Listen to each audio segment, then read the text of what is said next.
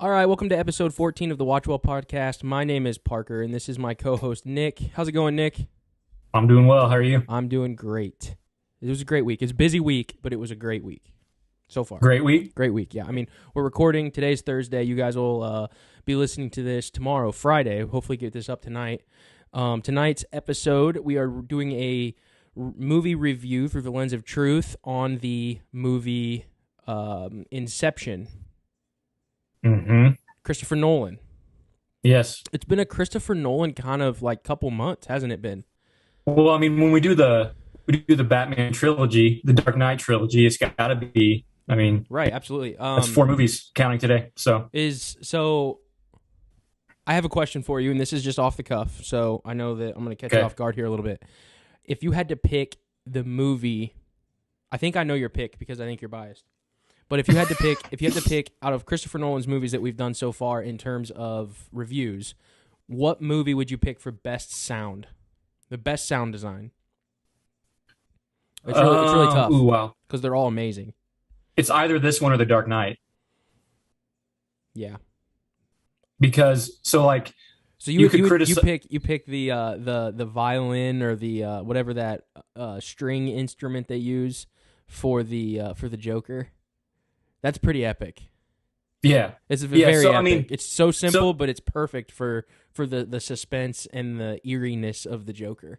Yeah, and it just builds tension. Absolutely. Like you feel the tension of it, especially in that scene with, now we're talking about the Dark Knight again, but the scene with the convicts and then the citizens on the boats. Absolutely. Like when it just crescendos and it like builds tension really well.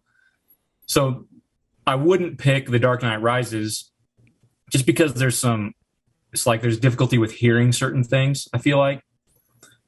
Some stuff is too quiet and it doesn't come out like it should. But Inception, I feel like, it kind of has the same feel, especially with the music and so like the score and the way it fits into each scene. It like enhances it so much. Right, and I have to, I don't know if you're going this way with it, but I think I do have to disagree on the balance of the audio of the movies, because when I watch The Dark Knight, I don't have to turn the volume up and down as much as I do when I watch Inception. There's huge big parts. Yeah. Inception is absolutely horrendous with the balance of the audio in terms of like the action scenes and the audio are super, super loud, but then when they're talking, it's so quiet and you can't hear anything. So you have to turn it up. I think I hate it. That might have something to do with how you're watching it too. You think? Did you stream it or did you watch a hard copy? Hard copy. Okay. Yeah, I don't know. Because I watched it, I've seen the hard copy countless times, but the most recent time that I watched it was on HBO Max. So I don't know, maybe HBO Max does something where they even out the audio, like they compress it somehow and it's more even, because I didn't notice that on HBO Max. Maybe, I don't know. But I might have noticed it if I would have watched the Blu-ray. Yeah, I'm not sure, but I actually thought it to be rather annoying. And I didn't remember that from the first time I watched it, to be completely honest. I didn't have any remembrance of that. But you're getting older. I am getting older. The hearing is going a little bit, sore, a little more sensitive. I will say that, and back to the question of the better sound design. No movie like Inception is known for its sound. So when someone says Inception horn, most people know what that is. I've actually never heard that term before. It's an Inception. You know what I mean when I say it, though. Yeah, I know what you say, yeah. So in terms of, I know I say in terms a lot, but when we're talking about sound design, if you're talking about like sound branding, I don't know if that's a thing. Everyone knows what an Inception horn is. Even if they haven't heard the term before. So I think that's interesting too. So the wah, like that noise, the horns. Yeah. That's a big deal, that you can technically brand a movie, or a movie's known, or the sounds are known by the movie. Right. And that's basically the loudest thing in the movie too, isn't it? Yeah, it is. That's probably the point where you have to turn it down. Yeah. is anytime that the horn comes up. And it's almost the horns are almost they almost drowned out all the explosions, because usually the horns are happening when the climax of a scene is occurring. Right. And it's about to, like the main is when they're what are they called again? I want to say the jumps, but that doesn't sound right. The kicks. The kicks, when they're coming out of the dreams and they're riding the Mm-hmm. kicks out of the dreams. I think for sure that's one of the big things is suspense and ultimate suspense and racing time, and that Inception horn is just I think it works for the movie, but it can be overplayed in other things for sure. And so Hans Zimmer is same guy did the score for the movie. He's done like it's incredible. It's incredible. He did all of the Batman movies and he's done a lot. I can listen to the score for this movie just on its own, even absolutely. without watching 100%, it. 100%. Yeah. Do you know if I want to actually look that up? That would be interesting. Let's see. If you want to run through the I know we talked a little bit about the ratings. Yeah, we can do that. I'll do that real quick. So this movie's too old for plugged-in movie reviews. There is a review that exists, but it doesn't have the content cautions because this movie was released in 2010 and they weren't yet providing that piece of information. So we don't have that. Okay. On Common Sense does give it a rating, says 14 plus, or so that's Common Sense. The official rating is 14 plus, but parents say that it can be 12 plus, and kids say that it can be 12 plus. And then the movie's rated PG-13 for sequences of violence and action throughout, and that's it. That's enough for the PG-13 rating. So while you're looking up whatever question you're trying to answer there, what do you think of those? I think that the biggest thing that I would say is outside of language, I think that I would let a much younger kid listen or watch this movie as opposed to the Batman movies. Yeah, it's not as scary. There's a couple scenes that kind of are horror-esque, like they feel like they could have been ripped right out of a scene out of a horror movie, but in the context of this movie, they don't come off that way. Do you know what I'm talking about? What scenes would you be specifically talking about? That's interesting to me. So in terms of horror-esque, the one of the main scenes I'm talking about is when Ariadne, it's the first time she's sharing the dream with Cobb, and she's trying to figure out what's going on in his mind, and why is he doing this? Where is his, and all of the kind of things we'll get into in a little bit. And she goes down the elevator and arrives in the hotel room, where we eventually find out this is the place that Cobb's wife committed suicide.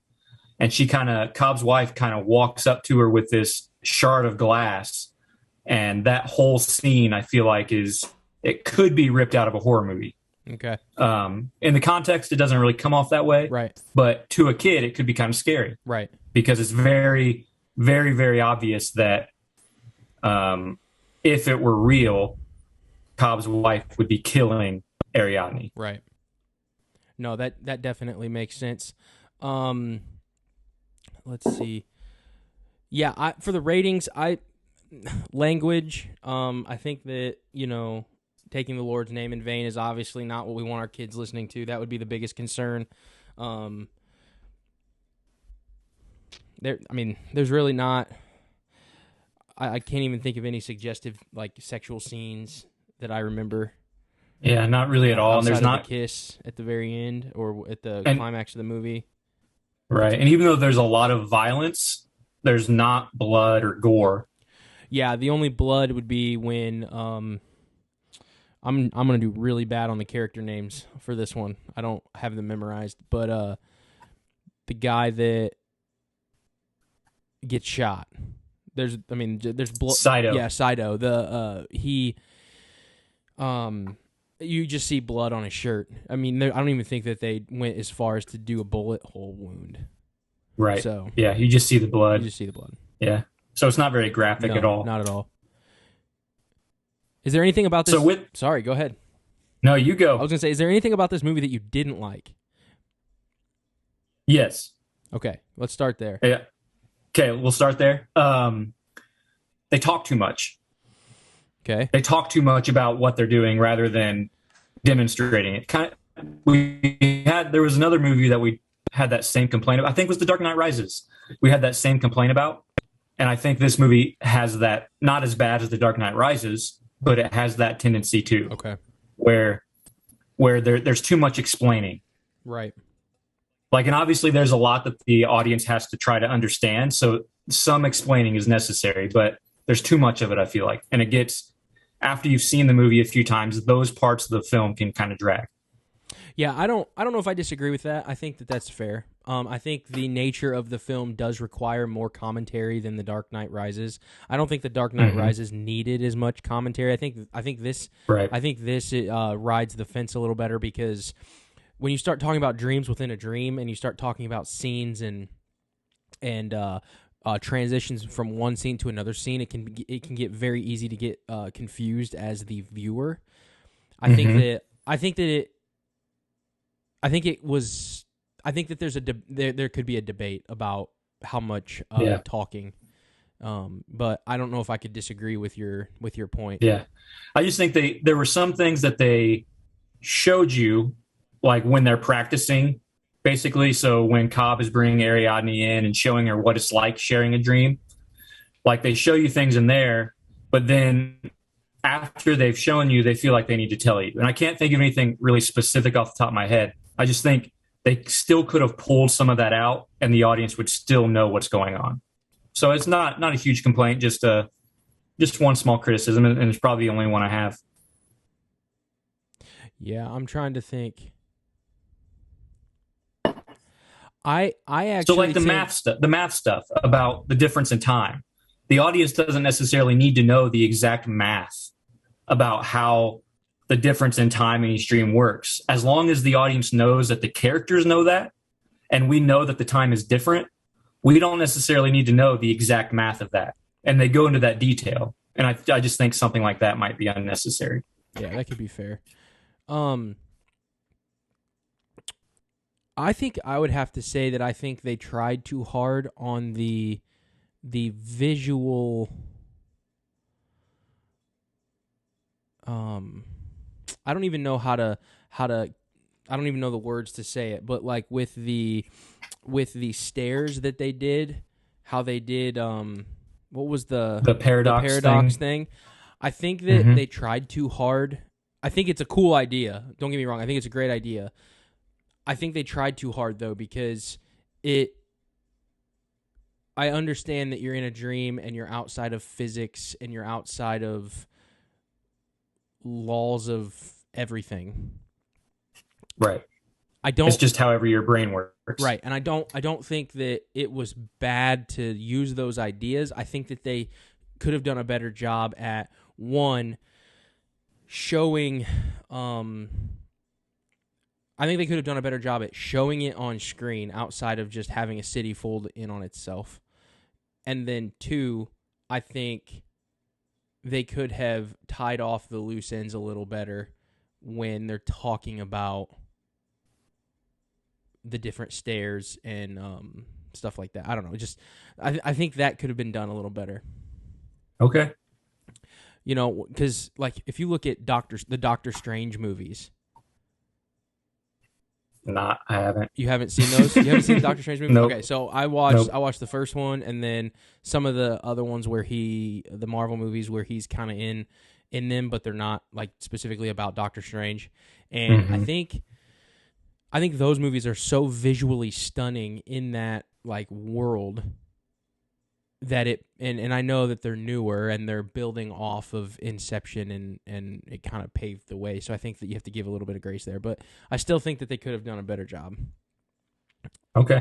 Because there's a lot of some of the same movie magic done in the Doctor Strange movies that is directly carbon copied but improved from Inception, with the building, the city folding itself on each other, but it's just better. So, yeah. See, but so so obviously I don't pay any attention to it all, for my opinion. Like I just couldn't even get into it in the slightest. But so I know what scene you're talking about. But the thing I disagree about those scenes being better because they're completely 100% computer generated in Doctor Strange. And in Inception, they actually do stuff and only enhance it with computer graphics. I think that's fair. I can get behind that. Yeah. I can get behind that. But that's going to be, beauty is in the eye of the beholder kind of thing. What you prefer. Do you prefer the computer generated stuff where it's really clean images and things like that? Or do you prefer the practical real life effects that might have some enhancement from graphics and things like that, but they're basically just things that they did? And people are going to differ on how you feel about that. I always prefer the real life stuff. So as much as possible, actually doing it in real life. Like, for example, the spinning hallway. Yeah. Right. Yeah. They built a set. Right. That was a hallway that spins. Right. Right. That's awesome to me. I love stuff like that. I love as opposed to stuff the that computer too, generated. When you have a building folding over on another building, or city rather, folding on another city, that's going to be 80 to 90% computer generated no matter what you do. And to your point, maybe they built a very small set and they did miniatures. I think they did miniatures. That's still not real, right? So, but I even prefer stuff like that over. I think the way I think where I stand would be I stand where I think I can have more of an appreciation for how it's filmed, but the end result still is all I care about. Right. And you think the other one looks better? Yeah, but I think they cheated because I think they copied it and then made it better. So fair enough. Fair enough. Yeah. So let's you said you're going to have trouble memorizing or remembering the character name. So let's go through that real quick. So first, the main character. And by the way, I agree with you on how old kids should be to watch this. I'm fine with younger kids watching this. There's no reason that a 10-year-old couldn't watch this movie. I agree. So, I would monitor other them. than they might not be able to follow it. It might be a lot to take in and a lot to follow. I agree. 100% agree. But so maybe in terms of content. Yeah, content is not, I don't think it's a maturity issue in terms of like protecting innocence in the movies. I think I don't know if it's like having a 10-year-old watch The Matrix. They're not going to get it. So, I agree with that. Right. Characters. We have Cobb, who is the main character. He's the main guy the whole movie, and it's basically his story that we're following. He has you see him. He's the one pushing the story forward. He's also the one who causes problems in the story. So it's almost like, and I'll get your perspective on this, that Cobb, because the problems come from Cobb's mind, it's like he's the hero and the villain all at the same time. Right? Yeah. So the main villain isn't actually his wife. It's his own mental image of his wife. Mm-hmm. So it's his mind is the hero and the villain all at the same time. But he's the main character. He has been charged with the murder of his wife, and he is trying desperately to get back to his kids. And that's the basic, at the most basic level, that's the story right there. Cobb wants to be with his children. Right. And he can't. Right? Right. And then you have his friend, his sidekick, Arthur, who is right there at the beginning of the film. He's the guy, he gets shot in the head in the dream level, and that's when we learn that when you die in the dream, you wake up, right? Yep. So that's Arthur. He's also the guy that gets the experience of fighting in that spinning hallway. Mm-hmm. And he has to figure out how to drop everyone for the final kick in the movie. They have to get back to reality and all of that. Anything to say about Arthur? Anything to say about him? I like his character. I don't have much to say. I think he does a good job. Yeah, that's what I got. I think he does a good job. Then we have Ariadne, who's recruited by Cobb to be the architect. Somebody has to build these dream levels, build them out and make them look real, and she's the character that does that. Recruits her from his. So this is kind of debated, and I'm not sure. Is the guy that plays Alfred, Michael Caine, do you think he is Cobb's father or father-in-law? I don't know. I didn't think of it. Because I think he's Cobb's father-in-law. Okay. He seems to be, like, because he's going back to the States and Cobb asks him to drop things off for the kids.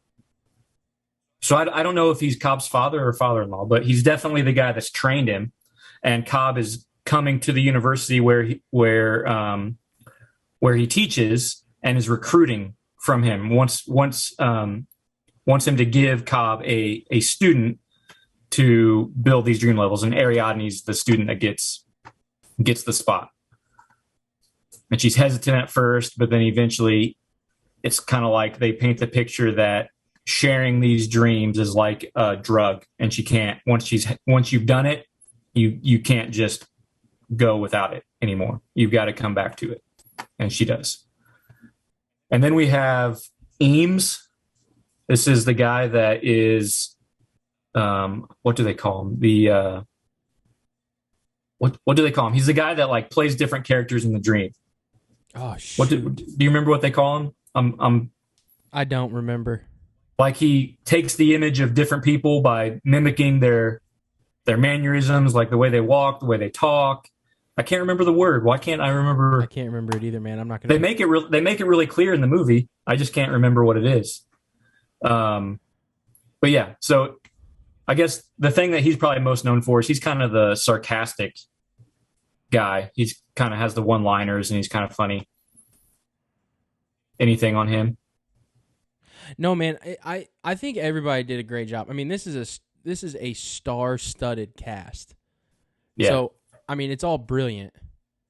You Yeah. know, I mean, Tom Hardy, Joseph Gordon-Levitt, Leo. They're all great. Yeah. I mean, A-list. Yep. So I don't really good cast. Cillian Murphy. You can't go wrong with Cillian Murphy. Yep. So yeah. I don't think I'm going to have much to say because they all did great. Yeah. So rather than going through each character, then let's talk about how do you think it handles the various dream levels? Like, because I've heard people talk about the movie, and the first time they watch it, they say it's hard to follow. Do you feel like it's hard to follow where they are or anything like that? I think my bigger question was maybe you can help remind me, how many levels were there before you get to the pure subconscious level? Was it 4?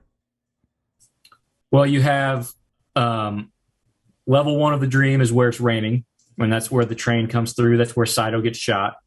Level 2 of the dream is the hotel. And then level 3 is like, it's a hospital, but it looks more like a fortress. Like it's a snow fortress that looks like an army base, but it's a hospital. Yeah, Ames is a forger, by the way. Forger. Yeah, that's the word. I just remembered. Yeah. I actually looked it up. Yeah. But I'll take credit for remembering. There you go. Sorry. So there's 3 and then limbo. Okay, so yeah. I think they could have done a better job at why, and maybe I just completely missed this in the movie, but I think they could have done a better job at explaining why there's only 4 levels. Yeah, they didn't even try. So I would be more interested into why can you only go into why, because that was throughout the movie, that was one of my biggest questions was, well, why not 5? Why not 6? Mm-hmm. You know, in this movie, you know, it's, you know, they're pretty much, whoever is dreaming is God, right? Basically, yep. So if they're God in their dreams and they're in control of everything, why not be in control of how many times you can go inside your own dream? Yeah, I don't know. I think that they could have done a better job at structuring the rules around the dreams and explaining that so that there would be a little bit more significance to the viewer of, oh, it's a big deal that they're in limbo. Without that context, it's like, oh, they're just at the limbo. And they're going to come. Well, they do explain why it's bad to be in limbo. They do, but why is it, like, I don't know. I think that outside of just, oh, the first three, to me, the first three are all the same outside of, what's his name? The guy that gets shot. He gets Saito. He gets his wound affects him less as the further he goes down until he gets to limbo and it stays there. Right. But I think that's because they explain that it's the difference in time. Yeah, so his wound is affecting him less. So it's the difference in time. Yeah. Yeah. But why I think they could have I think it would have given it a little bit more weight to say level 1 is not that big of a deal, and then level 2 is a big deal, and then it's a bigger deal, and then they did a good job at explaining the fourth, right? Limbo. Right. But the dangers of it. Yeah. But the dangers of the middle two, I think could have been done better. There are no dangers other than this is just a dream, and it's slower. Right. Or it takes yeah. Right? Slower, is that the right way to say that? Because it's taking time. I think so. Like when I think of the dreams, I think of the movie with Matthew. Where time is moving incredibly fast. It's incredibly fast because the previous level would have been slow compared to that. Right. It's like Interstellar with the gravity. Yeah. There's another movie we should maybe talk about, another Nolan movie. But so Christopher Nolan loves to play with time. Yeah. He loves that. But I think it's interesting. And I think it is interesting. It's super interesting. And I think because one of his first movies was Memento. It's great. It was before Batman Begins, and it takes place backwards. It does. The whole movie's backwards. So he loves to mess with time. But I think that's why it's so interesting because I don't know. Maybe correct me if I'm wrong, but if we all know, it talks about in Romans that we all know there's a creator because there's a creature. And maybe he's playing with time because the creator's outside of time, and there might be a connection there. It says that we know of a creator and we suppress it. Maybe that's his way of trying to, I don't know, not suppressing part of that. Maybe. I don't know. Yeah, I don't know his intent. I know with Interstellar, he actually consulted a physicist who has all kinds of black hole theories, and he was a consultant on the movie, so they incorporated his theories about black holes. And I'm sure there's a ton of research that went into this movie too, that similar type things. But he loves to mess with time. So what would you say? So actually, let's jump all the way to the end of the movie. Okay. Because that's the biggest kind of discussion point for people after they're done watching it is does the top fall? At the very end? The very end. It cuts before it falls. You see it kind of looks like it might be wobbling a little bit, but you never see it fall. And that's the indicator of whether, which there's a lot of different theories about this, fan theories everywhere, but the way the movie speaks, that's the indicator of whether Cobb is still dreaming or not. Right. So is he dreaming or is he actually back with his kids? You're asking me my opinion. I'm asking you your opinion. I think he's back with his kids. Why? Because, and you're not going to like this answer, but because when the top when he spins the top and it's going axis over axis, the sheer fact that it started to wobble signifies that it's going to fall at some point based off of physics. Right.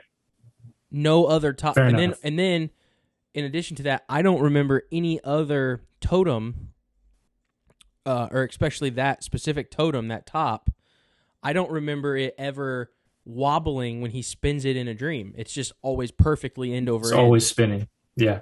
Because only he knows how it's supposed to work. Right. Yeah. That would be my. That's how I would build an argument, but I don't know if it's a good one.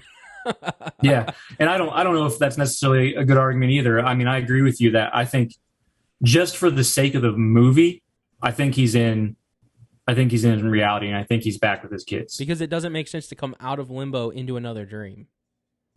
But the thought is he still in limbo and just believes himself to be awake? Yeah, but then how would he? I don't know, because how would he?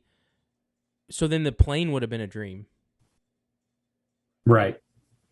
So then it's just, or his knowledge of the plane would have somehow caused him to dream of this in limbo. I think that's a stretch. Right. Yeah, I don't know all the details of that, but there's a lot of people that think that it's not real, that it's not reality, that the top is going to keep spinning. And there was an interview with Christopher Nolan where he said, and I don't have the source or anything, but he said that it doesn't matter. And that's the point of the movie. Interesting. I didn't hear that. Because no matter what, from Cobb's perspective, he finally can look at the faces of his kids. And that's the one thing he wanted throughout the movie. So it doesn't matter if it's real or not. It doesn't matter if it's a dream, and doesn't matter if it's reality. Because the point of the movie was bringing Cobb to a place of healing where he can finally look at his kids' faces again. Interesting. That actually makes sense. Yeah. I like that. And so in that situation, the top spinning and that being an ending, that being the thing that everyone talks about, is actually just kind of a red herring. It's kind of just a distraction. Because it doesn't matter. To get people right, because it doesn't matter. And that could be the point. And I think he talked about that years and years after. I think he kind of, before that point, he kind of always said, just take the movie at face value. Like, just Cobb's back with his family, and that's just what it is. But then later, it was a more recent interview where he said it doesn't matter. It doesn't matter if it's in reality or if it's in a dream. He can finally look at his kids' faces. Yeah, but if it's in a dream, then why wouldn't he have stayed with Maul? Because he doesn't know this is a dream. Because if you remember throughout the movie, he has to see the top fall, and he can't interact with anybody until he sees the top fall. Right? The totem has to fall over, and he won't interact or look at anybody until that happens. But at the very end, he spins it, and he hears his kids' voices and leaves. He doesn't care while it's still spinning. Right. It's interesting. He never sees it fall. Yeah, I love it. So that signifies that he doesn't care anymore. Right. He's satisfied. So then let crazy? me ask you this question: How did he? I don't explain to me, because maybe I missed it. And what got him back to the States? The job that he did for the guy, did he buy, like, did he have some place of authority to where he bought his freedom back in the States? That's what they say, yeah. But they don't mention anything outside of that. So you just assume that he had contacts, but they show him. So that's the reason Cobb goes down into limbo, right? Right. Is because Saito's in limbo, and he's worried that when Saito finally wakes up from limbo, he's going to have no knowledge. His brain's going to be mush. He's going to have no knowledge of the deal that they made. Right. And so with the deal that they made, you see when Cobb wakes up, Saito wakes up at the same time on the plane and grabs the phone and makes a phone call. And we're just left to assume that he made that. Okay. You're supposed to assume that he made the call to whoever he had to, so that Cobb could make his way through airport security and customs. Gotcha. Yeah. At least that's the way I watch it. Maybe someone else has a different opinion, and maybe that's not the way it is, but that's the way I've always thought of it. Yeah. That's all. I mean, you mentioned face value before. That's how I took it. Yeah. We're just left to assume that it worked out. Yeah. Yeah, that's really good stuff, man. What did you have from like Bible application? So a couple things. So, like I said before, a lot of people that I've watched this movie with have called it like a hard film to follow. They struggle with the different dream levels and things like that, which is understandable. There's a lot going on. But if you watch the movie, every single dream level is referred to as another level down, right? Mm-hmm. So they talk about when they're warning everybody about limbo, they say, you know, when you fall into limbo, the only things there are whatever's been built there by someone you're sharing the dream with that's been there before. So like in this dream, it's Cobb. The stuff that's left over in his mind about what was built in limbo, that's all that's there. But they call it down there, right? It's this place where it's the ultimate self-absorption. At one point, Cobb talks about him and his wife's experience in limbo when they're sharing dreams together, and he says they were like gods, right? So it's this, they could do whatever they want. They could build whatever they want. They could make buildings that don't fit in the landscape or that they couldn't do otherwise. They're architects and they love to build things, and they could create and do whatever they wanted. Outside of physics. They could manipulate things, and it was basically the ultimate self-absorption, like what you said earlier, that when you're in these dreams, especially, and this is especially true of limbo, you're like God. You are God, doing whatever you want, manipulating things and however you want to do them, and making your own world. But they refer to it as down, like with each level of the dream, you're going down. So with level 1, you've got the van that's driving with Yusuf. He's the guy that's, eventually it drives off the bridge and it's falling, and that's a big part. That's a big portion of the movie is the van and free fall. And then level 2, you got the hotel and the elevators. And then you got the third level, which is the fortress with all the snow, and it's where Fisher's dad is in the hospital. And every time they talk about those levels, they're going down another level. They're descending. They're not ascending to anything. They're descending to even more depths of self-absorption, self-godhood. And so the ultimate form of that is limbo. And so what I think we get in limbo, what it kind of gives us a picture of, is hell. This point of ultimate self-absorption that you can't be rescued from. Right? Interesting. There's this point where it's the absence of reality. And it's just complete and utter delusion. And what happens in limbo, you lose all sense of reality. You lose your grip on reality. You lose it all. That's what happens to Cobb's wife, right? She loses her grip on reality. And even when she's not in limbo, it's what ultimately leads to her death, is that she believes her world isn't real. It's that simple idea and that's the idea that Cobb that planted there, but it was her desire to stay in this state of self-absorption, this state of delusion in limbo, is what ultimately leads to her death.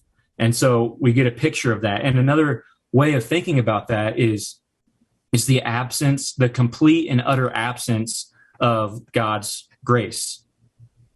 So there's something called common grace, and that's imagine our world if all men were as bad as they could be, if all men were as self-absorbed and sinful as they could be, right? If everyone was acted as depraved as their hearts would allow them to be.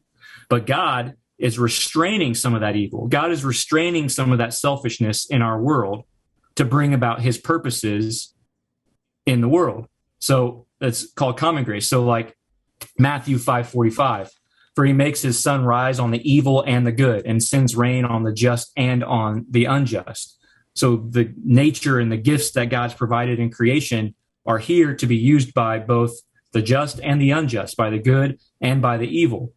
And God's giving grace by allowing those things to be present for both groups of people.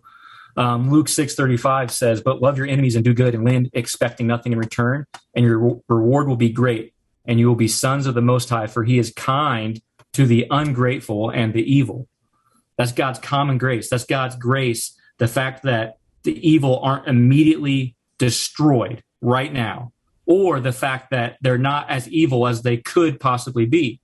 Because we can look around the world and look how many bad things happen, but we should be shocked that it's not even much worse. Right. Because of the depravity of man, because of the sinfulness of our hearts, because of the corruption that is inside of us, it could be so much worse than it actually is. And God in his grace is restraining this. So we can look at limbo as the absence of that restraint, the absence of God's grace. And it's the ultimate form of self-absorption, self-governance, self-reality. It's whoever is the dreamer is the center of it all. So it's a place where ultimate evil can thrive and where reality falls to the wayside. Because what determines reality? God. And we have to acknowledge God to ultimately know what reality is. Mm-hmm. So in limbo, we get that picture, a glimpse of complete and utter self-absorption and the evil that, in the absence of God's grace, we could see in the world. What do you think? I love it. I think that I don't even think that you have to go as far to say that it's a depiction of hell, because I think that to a lot of truth and reality in the world and society, culture that we live in, that's kind of where we're at. You know, we are currently in a state where we had to do a podcast on the question, what is a woman? Right. You know, I know Acts talks about crooked generations. Like, we're in it. If there ever was one, if there is ever going to be one, we're in it.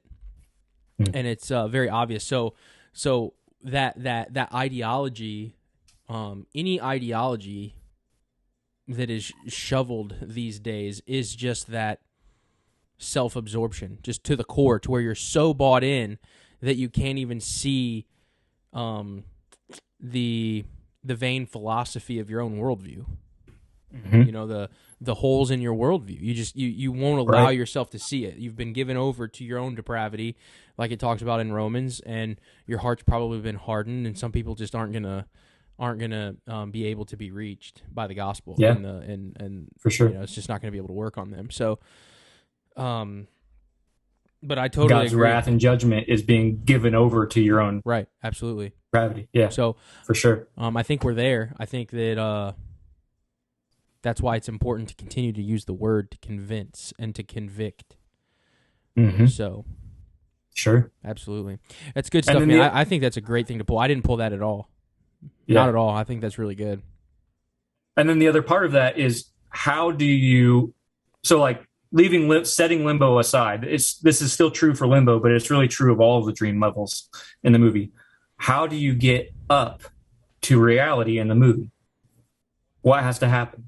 Or what typically happens in order for somebody to wake up in reality? Oh, I think where you're going is great. I don't know if this is exactly where you're going, but you have the kick, right? The kick. So it's a form of, it would be a form of a correction, or a I guess go ahead and say the word that you were going to use, because you have to be jolted, or you have to be to some degree. There's a confrontation with that kick where you're confronted with the harsh reality and you're awakened. It's an awakening almost. Yeah, and that's that. I wasn't actually even going with the kick, but you're exactly right, and it fits perfectly within what I'm saying. But yeah, so if we look at the kicks, you have to be jolted awake. Something has to cause you to wake up. But then on the other side, just go to the first scene of the movie.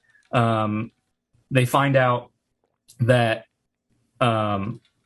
so Saito finds out that Cobb is there to steal from him, and Arthur's his partner, and they find that out, and Maul comes into the dream. The wife comes into the dream and says, we know that if we kill him, he'll just wake up in real life, right? So you have the kick, something that jolts you awake, but then the other example of waking up in reality is dying in the dream, right? So you get this image that dying to yourself. So each level of the dream is self-absorption, selfishness, and you're descending down.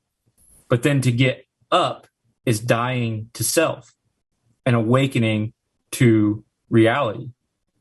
So, the Bible says, if anyone will follow me, Jesus says, if anyone will follow me, take up his cross, right?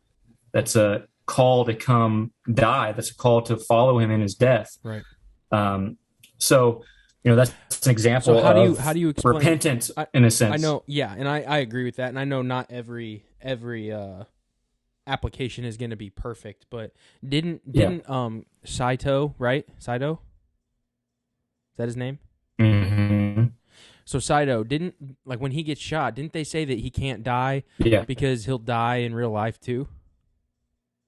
Or was it that he wouldn't die, he would just get stuck in limbo? No, they didn't say he'd die in real life. He'd get stuck in limbo. Okay.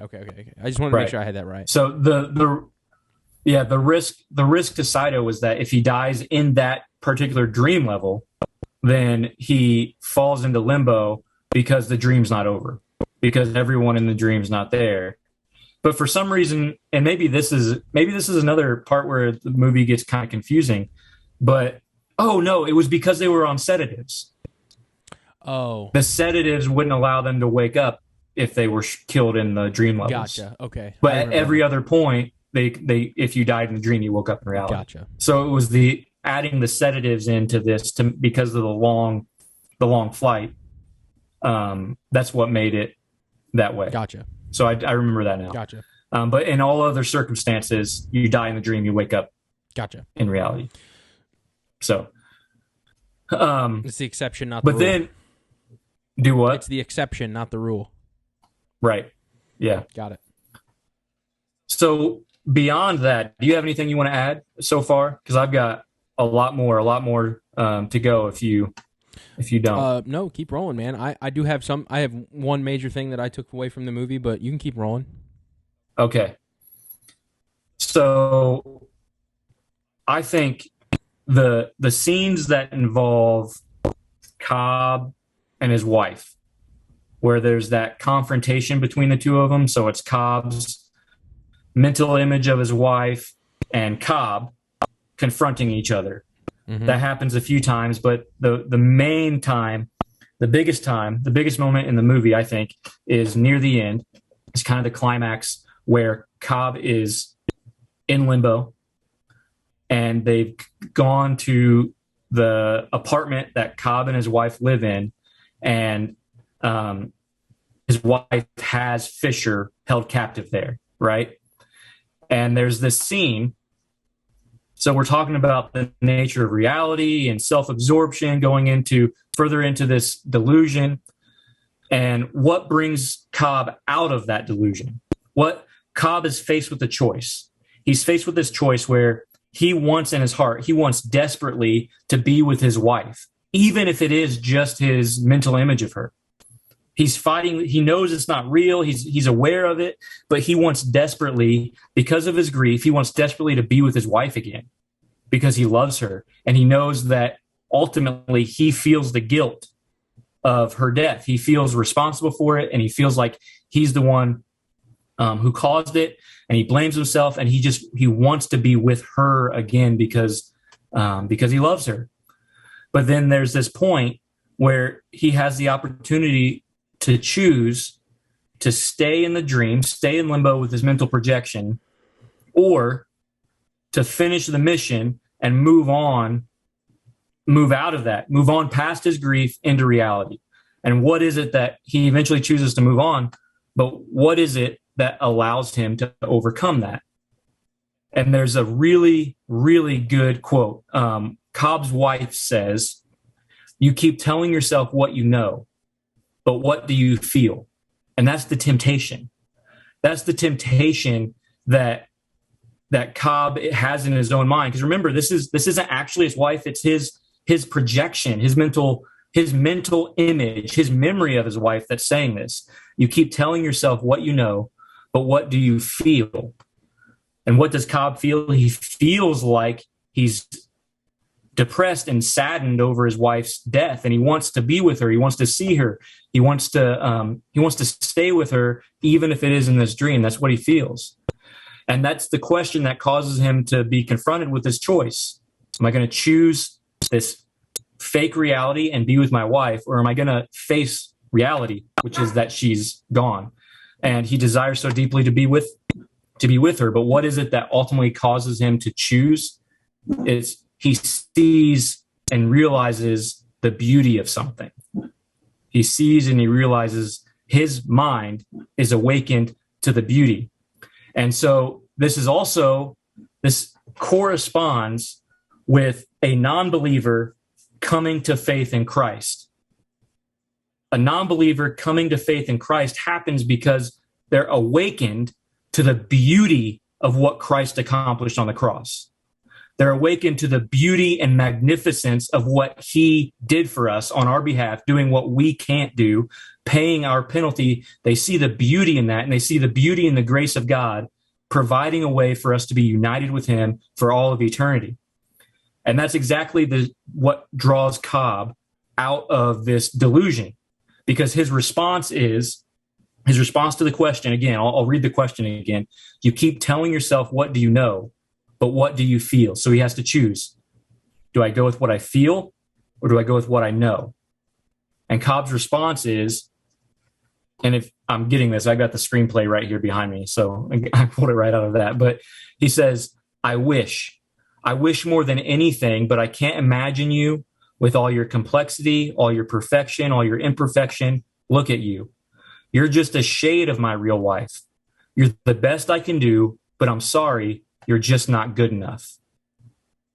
He realizes that the mental image that he has in his mind can't hold up. The mental image that he has in his mind doesn't meet the actual beauty that his wife did. The image that he has in his mind doesn't match the real level of magnificence that he saw in his one true love, his wife. And he's awakened to this reality that, yes, he misses his wife. Yes, this projection is the best he can do, but it's not good enough. It's not the real thing. And he realizes that the true beauty of his wife wouldn't allow him to stay with this imposter.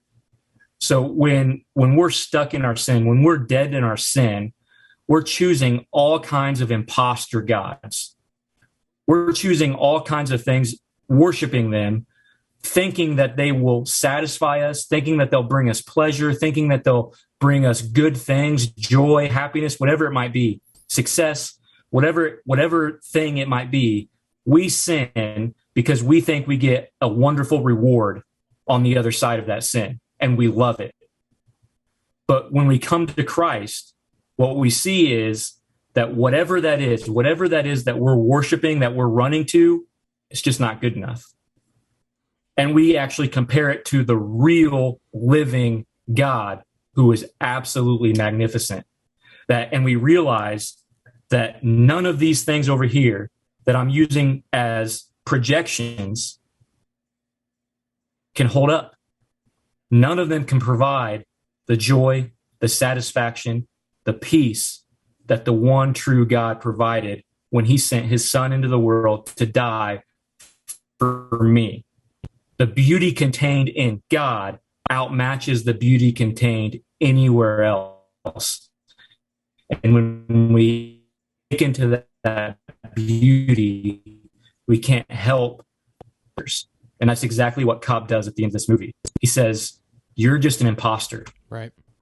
The beauty that I long for isn't here. Mm-hmm. So he turns and he continues on and he gets back to his children, where he does see beauty. right? That's what he sees his children's faces, and he's confronted with real beauty again. And that's a parallel to us seeing Christ, seeing God as the ultimate beauty, as the ultimate magnificence, the ultimate source of joy and pleasure. Yeah, and that kind of fits right in with what I got from the movie, or what I kind of extracted was I think they did a good job making the viewer feel the emotional pull of, do I choose what I desire from the emotional aspect of it, or do I choose reality? And I think that's a perfect stepping stone to talk about how sometimes it's just so hard to choose between sin, whatever that sin that you struggle with is, and not committing it. Yeah, that's the big thing, and it's in many scenes in the movie where that it's just that turmoil of like, why is this so hard to choose? It's like, I know what to do. I know what's right, but like, I just it's that tension. I think they did a good job capturing that. Definitely, yeah, they did. Yeah, and it builds throughout the entire time to that moment. Yeah, you're right. And that's what I got out of it is whether it's pornography, whether it's anything. I mean, any lying, cheating, any type of sin. Dishonoring your wife, dishonoring your husband. Dishonoring your parents. We did a podcast on that. Yeah. I think it's so hard sometimes. Like for me, I like to argue. That's what I like to do. And sometimes it's not respectful, and it's that bait. Like, when you're presented that bait and it's like, it's like right there in front of me. It's like, I gotta take it. I want it so bad. And then like you're left with nothing. Right. You're just you choose to do it because you think you're going to get this fulfillment, and then you're just left empty. Yeah. And I think because you're seeking fulfillment from somewhere where there is none. Correct. Right. And there's no instant gratification in choosing Christ, and I think that's the point. The gratification comes later. The gratification comes in having confidence that he died for you, that you're standing up, you're dying to yourself, that you're being sanctified, that you've been justified through him, through faith alone. And it can't be on us. Right. The Bible says that our works are like filthy rags to God. Right. And I think that the movie did a good job capturing that. The other movie, it's not a good movie. I mean, the message is good, but Fireproof with Kirk Cameron. Right. Not a good movie. Not a well-made movie, low budget, right. whatever. But when he's struggling, he's sitting on the couch. He's like, God, why is this so hard? Do you remember that scene where he's sitting on the couch and he's staring at his computer and he's trying to choose his wife or the porn? And he's like, wow, that's kind of the same. Like, it made me think of that scene when I watched that in Inception, where it's like, man, what? Like, I know I need to do this, but I really want to do this. Right. Yeah. So the way in Inception, the way Leonardo DiCaprio delivers that last line, that I wish more than anything, but I can't imagine you with all your complexity, all your perfection. Right. The way he delivers that line, like, he did incredible. Like, his delivery of that line makes me feel that even more. Like, the moment in the movie is tense and you're going to feel it regardless, but he just hit the way that he delivers it, his acting, it just raised it to another level and made me feel it even more. Yeah, I think that it was interesting that it was almost as if he was trying to cut to the heart of the what am I trying to say? It was almost like he was trying to be mean and hateful when he said that.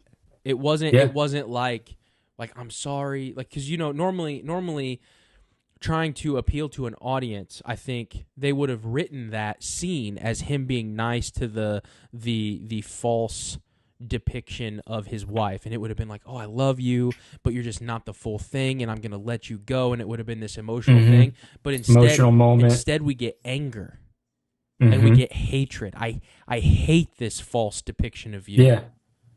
Because it's not good enough. That's really good because in essence, he's turning away from himself. Yes.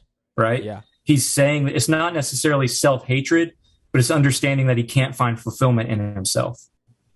Yes. And he's because so the Bible, because even his depiction of his wife, he hates. And it's his depiction. So a lot of people watching the movie, just to clarify, it's not him hating a false version of his wife. It's him hating his false version of his wife. Right. Yeah. And it's powerful. And I think that's why you feel it's his own mind. It's his own mind. His own thoughts. Yeah. Yeah. So that even kind of goes hand in hand with the dream levels being, self-absorption. And he's dying in a sense, even though this isn't a death like it is elsewhere in the movie. In order to get back to reality, he's dying to himself again. Yep. Right? He's shedding that false desire or that desire for something that can't satisfy. He's turning away from it and turning to the things that can, which is ultimate reality, actual reality. And the further which is you repentance. Exactly. And the further you go down, the more the more grandiose act of dying to yourself it takes to get up. Mm-hmm. Just be jarred. Yeah. It's just like a little kick at the top to go from level 1 back to reality. But if you're in limbo, you have to tell the figment of your imagination of the wife that you once loved that you hate the false depiction of her, and then the kicks just seem to be more grandiose the further down you go. So you have to die more to yourself to get out of the depths of your own depraved mind. Right. Yep. So that's good stuff. That's really good stuff, man. Yep. I think the less we talk before the episodes, the better the episodes get. Yeah. That's great. Yeah. Anything else, Nick? I mean, we're at an hour and 5. That's pretty much all I got. I think we could probably talk for a long time about it. It's a great movie. I'd encourage people to watch it if you haven't yet, and you probably have no idea what we're talking about if you haven't watched it. So watch it. It's a fantastic movie. Even if I can listen to us again, but you can watch it on HBO Max and you can rent it or buy it or do whatever. But great movie. Yep.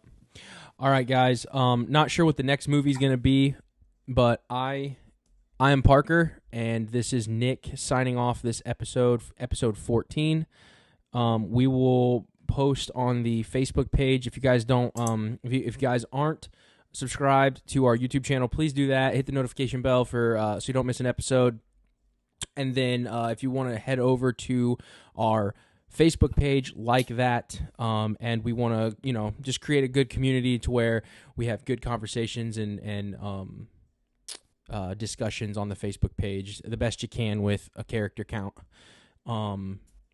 Just to create a good community. We love reviewing movies. We love talking about films. We love talking about the plot lines. Obviously, it's what the whole podcast is about. We want to get you guys involved in that too. If you want to support us, please head over to our Patreon page. It will be linked in the description below.